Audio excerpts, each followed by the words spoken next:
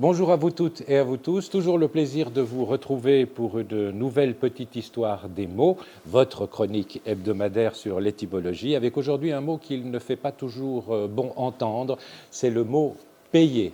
Pourquoi payer? Eh bien parce qu'il va falloir payer.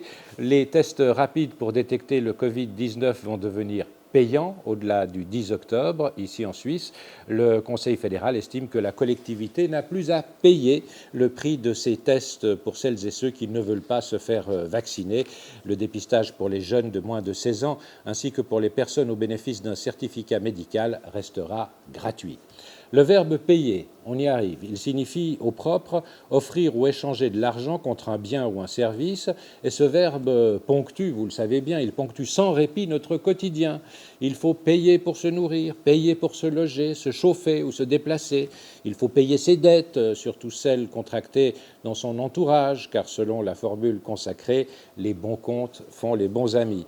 Il faut payer ses factures, celles de ses impôts ou de ses assurances, par exemple, pour ne pas être mis aux poursuites et pour avoir la paix. Tiens, le saviez-vous à propos? Les mots payer et paix sont étymologiquement très intimement liés. Et oui, le verbe payer est issu du latin classique pacare, qui veut dire dompter, pacifier, mais aussi faire la paix. Pacare est dérivé de pax, la paix en latin, et il a pris en bas latin le sens moral de satisfaire ou d'apaiser. Ce verbe d'ailleurs finit par passer dans les langues romanes, notamment le vieux français, avec un sens plus trivial que nous connaissons aujourd'hui, autrement dit, donner de l'argent pour quelque chose.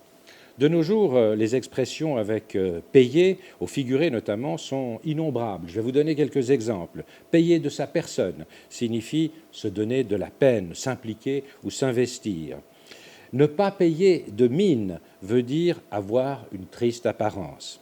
Faire payer quelqu'un, ça veut dire punir. Je vais te faire payer, par exemple. Payer un verre, ça c'est plus sympathique, exprime l'intention d'offrir une boisson. Et puis payer d'audace, dernier exemple, signifie faire preuve de courage ou de témérité. Le latin pacare nous a aussi donné les substantifs paye, la paye que l'on reçoit par exemple à la fin du mois lorsqu'on est salarié, la paye qui définit la rémunération ou le salaire d'un travail, ainsi que le mot paiement qui désigne l'action de payer une somme d'argent qui est due ou ce que l'on donne pour payer. Payer est évidemment beaucoup moins gratifiant que recevoir de l'argent.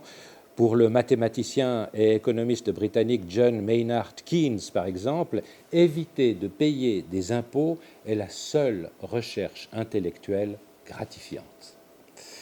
L'acteur et humoriste américain Groucho Marx, qui lui a été divorcé 3 fois, était apparemment très remonté contre ses ex-épouses, manifestement contrarié par ce qu'elles lui coûtaient. Il a déclaré « Payer une pension alimentaire revient à donner de l'avoine à une jument morte ». Oui, je vous l'accorde, ce n'est pas très élégant. Et dans un registre à peine moins misogyne, l'acteur et dramaturge français Sacha Guitry s'est distingué en affirmant « Si le plus grand plaisir des hommes est de se payer le corps des femmes, le plus grand plaisir des femmes est de se payer la tête des hommes ». Pour en revenir aux origines pacifiques du verbe payer et de ses prétendues vertus d'apaisement, il est très peu probable que toutes celles et ceux qui sont hostiles au vaccin se montrent plus tempérés à l'endroit de nos autorités une fois qu'ils se seront acquittés du prix du test Covid qui n'est pas donné. De son côté, le secteur hospitalier n'en a apparemment pas fini avec la pandémie et ce sont encore les soignants et les soignantes qui vont payer les pots cassés.